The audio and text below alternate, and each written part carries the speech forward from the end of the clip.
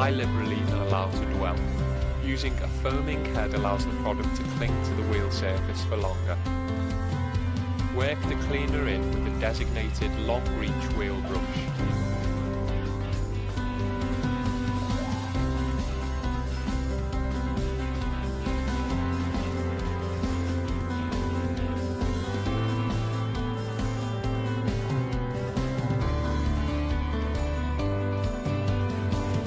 Follow up with a normal shampoo solution using a designated wheel sponge or wash mitt.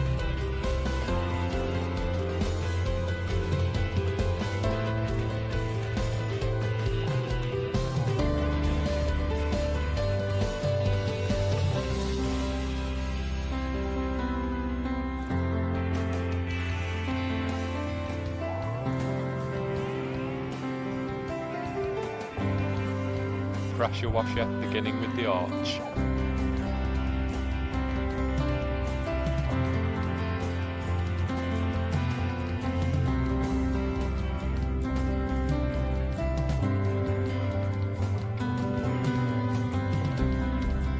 Ensure all cleaning product is removed, paying particular attention to the wheel rears, caliper area and any other design details on the wheel face.